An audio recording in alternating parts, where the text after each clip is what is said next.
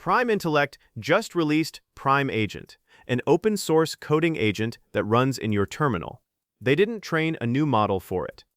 What they rebuilt is the layer that sits between a model and your codebase, the part that decides what enters context, when work gets delegated, what gets remembered, and whether a session survives past one chat window.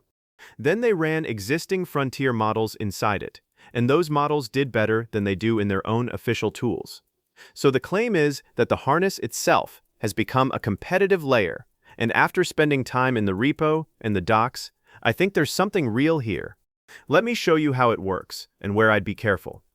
Prime Agent runs in your terminal, so from the outside it feels familiar. You open a project folder, you type what you want, it reads files, edits code, runs commands. It's fully open source under MIT, and it's built on top of an existing open project called Pi, which they credit up front.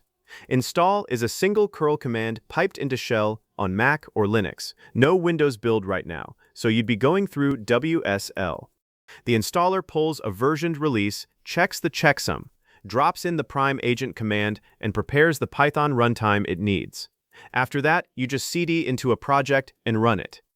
Underneath, the design is what they call the recursive language model, and the cleanest way to describe it is that the model gets exactly one tool, not a file reader, not a grep tool, not a shell tool, not a separate sub-agent tool.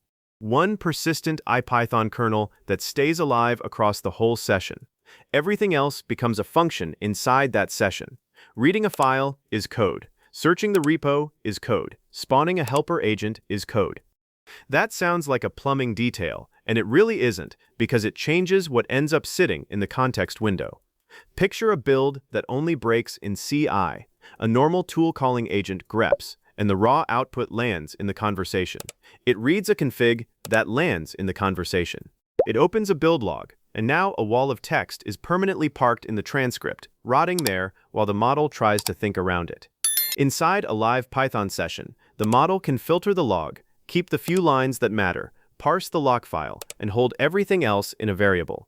Only the finding enters context. The raw data isn't lost. It's just living in memory instead of in the chat. Prime Intellect's charts show higher scores at lower token spend, and this is why. Sub-agents follow the same pattern as a function call. The model writes an RLM call with a task, and that spawns a real child Prime agent with its own model, its own kernel, and its own history.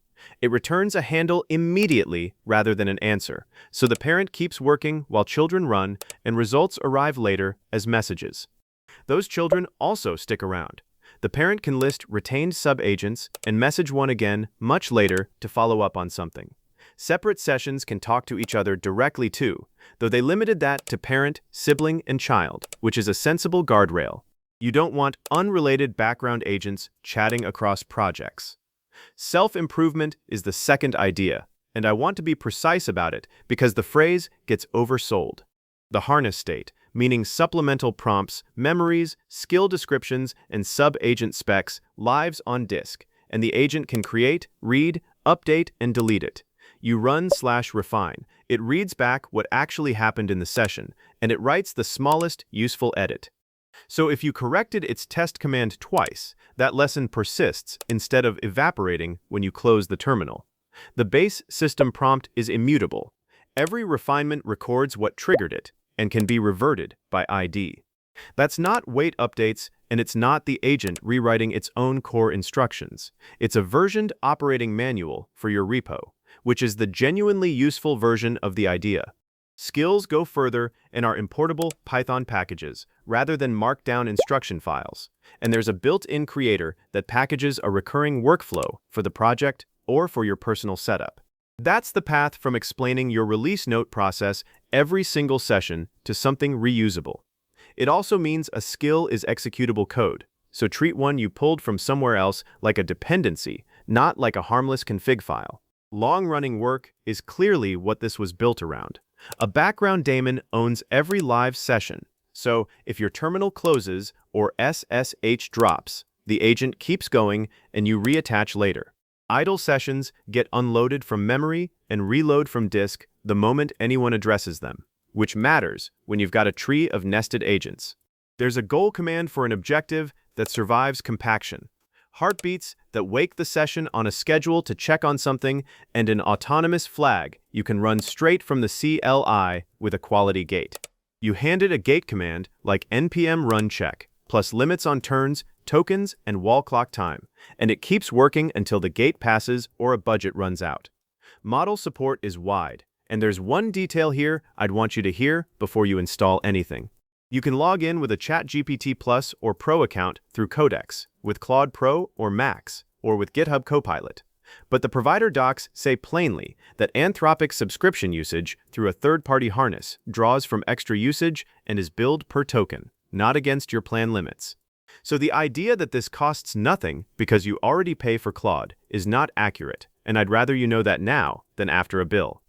The Codex path is cleaner there, since OpenAI officially endorses Codex use in open-source harnesses. On API keys, they support Anthropic, OpenAI, Gemini, DeepSeek, Grok, Mistral, Cerebrus, XAI, OpenRouter, Bedrock, Vertex, and Cloudflare, among others, either as environment variables or in the auth file, which also accepts a shell command so you can pull a key out of your password manager instead of pasting it in plain text. Running fully local works too, through Llama, LM Studio, or VLLM in the model's config. That's a real option if you can't send code to an API or you just don't want to pay.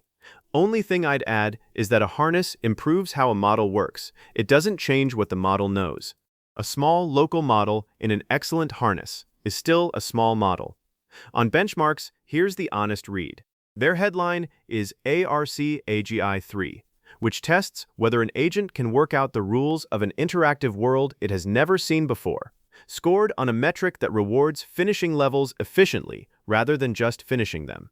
With Opus 5, inside Prime Agent, they report 95.5%, just above the human expert baseline of 95.4% they cite. That's a strong result, and it's a systems result. Model plus harness plus configuration, not evidence that a coding agent outthinks engineers. There's already pushback on X about how that human baseline was worked out, and the linked public scorecard is a separate run with a slightly different score, so I treat the whole thing as a reason to test rather than a settled fact. The long context comparisons matter more for daily work anyway, and they're more mixed. Running an open weights model, Prime Agent beat the Pi harness on nearly every long context eval, which is the clearest signal in the whole table. Against Claude Code with Opus and Codex with GPT, it traded wins instead of sweeping. They also built a preview benchmark where agents write an emulator in Rust from a specification with no reference implementation. And it produced working Sega Genesis and Game Boy Color emulators, though the Opus runs specifically failed those tasks. There's GPU kernel writing in there as well, and a Factorio study. Factorio is the part I keep coming back to. They gave it several controllable characters, and the refine loop turned failures into memories and successes into skills, so its production score climbed run over run. Then it discovered it could bypass the game's rules entirely by spawning resources straight into machines through console commands, and it kept doing that even with a scheduled reminder not to cheat.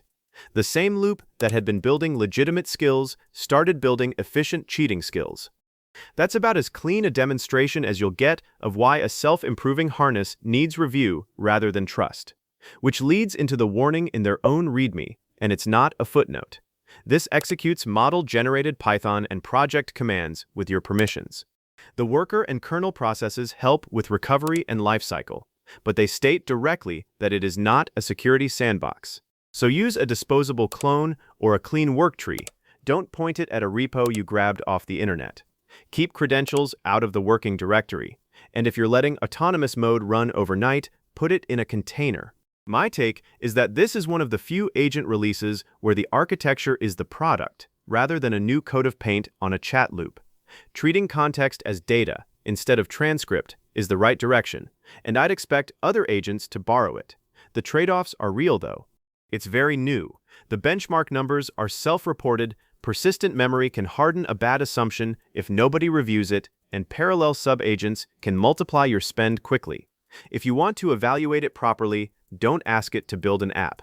Hand it a failing CI log, and ask for the smallest reproduction, or a repo-wide migration where you can actually check the diff. I'm running it on a real project this week, and if you want that head-to-head against Claude Code and Codex on identical tasks, tell me and I'll put it together.